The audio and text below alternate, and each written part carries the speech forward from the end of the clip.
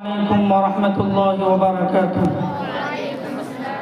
الحمد لله وحده والصلاة والسلام على من لا نبي بعده. أما بعد فأعوذ بالله من الشيطان الرجيم. بسم الله الرحمن الرحيم. يؤتي الحكمة من يشاء ومن يؤت الحكمة فقد أوتي خيرا كثيرا وما يذكر إلا أولو الألباب. صدق الله العظيم. یا الہی یہ التجا ہے کرم اگر تو کرے، یا الہی یہ التجا ہے کرم اگر تو کرے، وہ بات دے زباں کو جو دل پر اثر کرے. معزز سامعین، اسٹیج پر تشریف فرما معتبر علماء کرام، سامنے بیٹھے عزیز طلبہ، پردے سے ہماری باتوں کو سننے والی ہماری معزز مائیں اور بہنیں، بات آ چکی ہے. آپ حضرات کافی دیر سے سماعت کر رہے ہیں اور ہر گوشے پر لگ بھگ بات آ چکی ہے. میں جو کچھ کہوں گا کوئی نئی بات نہیں ہوگی. میں اس مبارک موقع پر اس مدرسے کے سیکریٹری جناب شوکت ملک صاحب اور ان کے صدر باوقار جناب سغیر صاحب اور اہل محلہ کی خدمت میں مبارکبادی پیش کرتا ہوں. وہ اس بنیاد پر کہ میں کوئی نیا نہیں ہوں، یہاں قریب میں رہتا ہوں. میرا مسلسل 10 سال سے یہاں آنا جانا لگا ہوا ہے. ابھی کچھ عرصہ پہلے جب یہاں آتے تھے ویرانی چھائی رہتی تھی. آج الحمدللہ جنگل میں منگل جیسا معلوم ہوتا ہے. یہ دراصل ان لوگوں کی اور ان لوگوں کی قربانیوں کا نتیجہ ہے. اللہ تعالیٰ ان کو دونوں جہان میں ان کا صلہ عطا فرمائے. میں زیادہ وقت نہیں لے کر کے جو آیت کریمہ آپ کے سامنے پڑھا ہے ان کا ترجمہ کر دوں کہ اللہ تعالیٰ فرماتے ہیں کہ جسے علم دین عطا کر دیا اسے سب سے بڑی بھلائی ہم نے عطا کر دی. نبی پاک صلی اللہ علیہ وسلم فرماتے ہیں من یرید اللہ بہ خیرا یفقہہ فی الدین، کہ اللہ تعالیٰ جس کے ساتھ بھلائی کا ارادہ کرتا ہے دینی علم عطا کر دیتے ہیں، دین کا فہم اور سمجھ عطا کرتے ہیں. جس کے بارے میں خود خالق و مالک کا ہے کہ میں جس کے ساتھ بھلائی کا ارادہ کرتا ہوں دین کا علم دیتا ہوں. نبی پاک صلی اللہ علیہ وسلم فرمائیں کہ جن کے ساتھ اللہ بھلائی کا ارادہ کرتے ہیں اسے دین کا علم عطا کرتے ہیں. تو ایسے آدمی کے بہترین اور ایسے آدمی کے بھلا اور ایسے آدمی کے کامیاب ہونے میں کسی کو کیا شبہ ہو سکتا ہے. اللہ تعالیٰ نے جو علم دین سے جڑے ہیں کیسے کیسے انعامات سے نوازے ہیں اور ان کے لیے کیا کیا اعزاز و اکرام کی چیزیں مہیا کر رکھی ہیں، یہ ہم سب کے سمجھ اور شعور سے بھی باہر ہے. میں ایک حدیث آپ کو سناؤں ترجمے کے ساتھ. ان کے راوی ہیں حضرت قیس ابن کثیر رحمۃ اللہ علیہ، بڑے درجے کے تابعی ہیں. وہ فرماتے ہیں کہ دمشق کی جامع مسجد میں حضرت ابو درداء رضی اللہ تعالیٰ عنہ کے ساتھ بیٹھا ہوا تھا.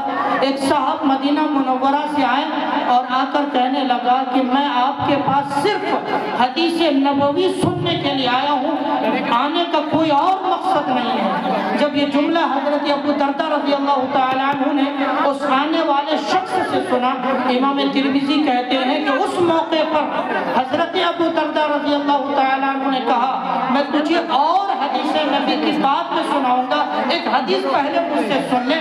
میں نے انی سمعت رسول اللہ صلی اللہ علیہ وسلم کہ میں نے نبی پاک صلی اللہ علیہ وسلم سے یہ حدیث سنے ہیں. فرمایا آپ علیہ السلام نے من سلک طریقا یطلب فیہ علما سلک اللہ بہ طریقا من طرق الجنہ، کہ جو آدمی علم دین کو حاصل کرنے کے لیے چل پڑتا ہے اور علم دین حاصل کرنے کے راستے کو چن لیتا ہے، حالانکہ ان کے پاس راستے ڈھیر سارے تھے، وہ کسی اور لائن میں جا سکتا تھا، دنیا میں کچھ اور بھی کر سکتا تھا، لیکن ہر ایک لائن کو چھوڑ کر کے وہ علم دین کو چن لیا. فرمایا آپ علیہ السلام نے گویا کہ اس نے جنت کے راستے کو چن لیا. اور اس کی تائید ہوتی ہے اس خواب سے جس کے بارے میں کتابوں میں آتا ہے کہ کسی صاحب نے امام محمد رحمت اللہ علیہ کو خواب میں دیکھا. کہنے لگے کہ امام صاحب اللہ کے دربار میں جب آپ پہنچے آپ کا کیا ہوا، کیا بنا؟ کہنے لگے امام محمد رحمت اللہ علیہ بڑے درجے کے امام ہیں، حضرت امام اعظم ابو حنیفہ رحمت اللہ علیہ کے خاص شاگرد ہیں، حضرت امام شافعی رحمت اللہ علیہ کے استاد ہیں.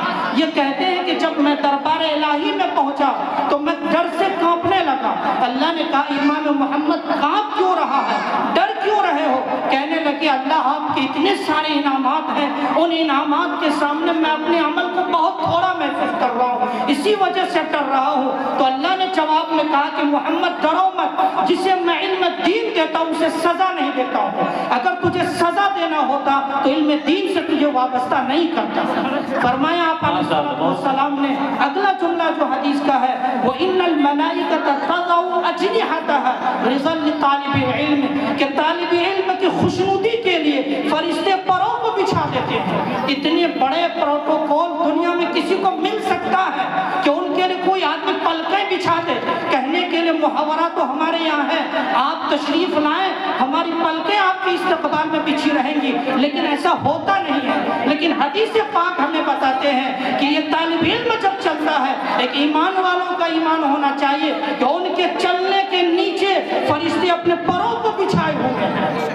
اتنا بڑا اعزاز مل رہا ہے، اس سے بڑھ کر کے اور کیا بات ہو سکتی ہے؟ اور یہ وہ نبی کہتے ہیں وَمَا يَنطِقُ عَنِ الْهَوَىٰ إِنْ هُوَ إِلَّا وَحْيٌ يُوحَىٰ، کہ اپنی طرف سے کچھ نہیں کہتے ہیں، جو بھی کہتے ہیں حضرت جبرائیل کے بتانے سے کہتے ہیں، اور حضرت جبرائیل بھی اپنی طرف سے کچھ نہیں کہتا، جو بھی کہتے ہیں وہ اللہ کے بتانے سے کہتے ہیں۔ امام سعدی رحمۃ اللہ علیہ نے اسی کو کہا ہے کہ مصطفیٰ ہرگز نہ گوید تا نہ گوید جبرائیل، مصطفیٰ ہرگز نہ گوید تا نہ گوید جبرائیل، جبرائیل ہم نہ گوید تا نہ گوید کردگار، کہ حضرت جبرائیل بھی اپنی طرف سے کچھ نہیں کہتے ہیں، وہ جو بھی کہتے ہیں اللہ کے بتانے سے کہتے ہیں، گویا کہ اللہ کہہ رہا ہے۔ یہ طالب علم جب چلتے ہیں میں ان کے پاؤں کے نیچے فرشتوں کو کہتا ہوں کہ اپنے پروں کو بچھا دو۔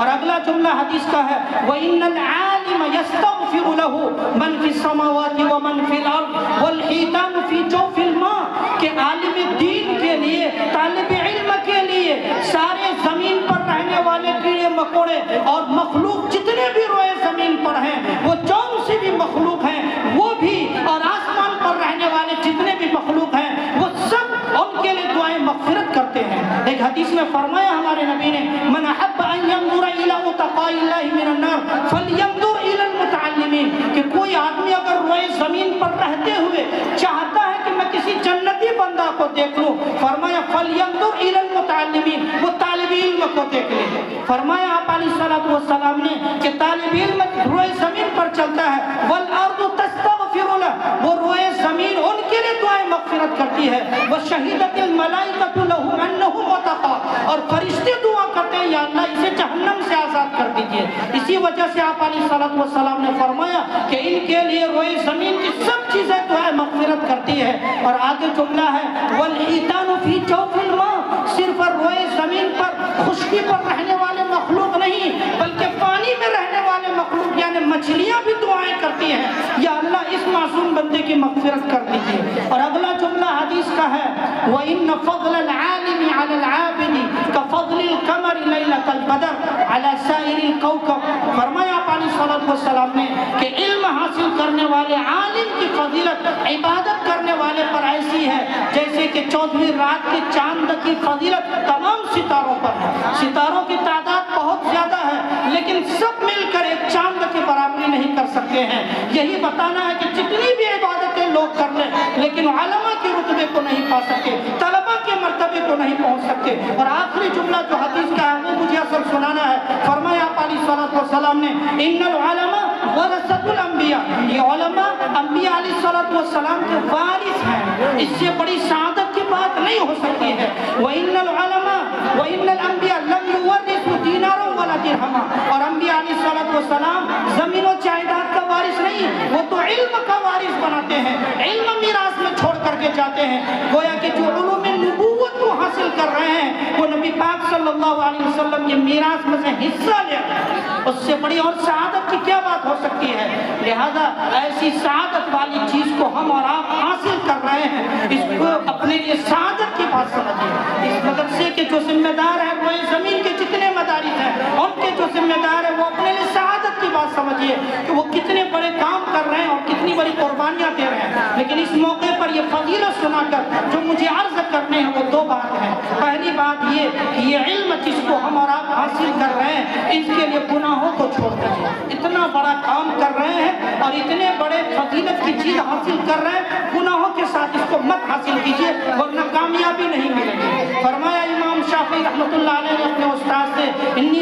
فنظرت الى وکیل سوء حفظی فاوصانی الى ترک المعاصی.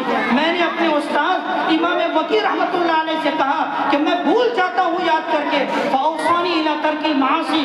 میرے استاد امام وکیل رحمۃ اللہ علیہ نے مجھے نصیحت کی کہ بیٹا گناہ کو چھوڑ دو. اگر علم دین چاہتا ہے تو گناہ چھوڑنا پڑے گا. اگر گناہ کے ساتھ حاصل کرو گے یہ علم کام نہیں دے گا. فاوصانی الى ترک المعاصی. العلم نور من اللہ ونور اللہ لا یعطی لعاصی. کہ علم اللہ تعالیٰ کا نور ہے اور یہ نور کسی گنہگار کو نہیں دیا جاتا. اگر کوئی کسی طرح حاصل بھی کر لے لیکن وہ کامیاب نہیں ہو سکتا. کامیابی چاہتے ہیں تو ہر ایک گناہ سے توبہ کیجیے. ابھی طلبہ گھروں کو جائیں گے, ان کے پاس موبائل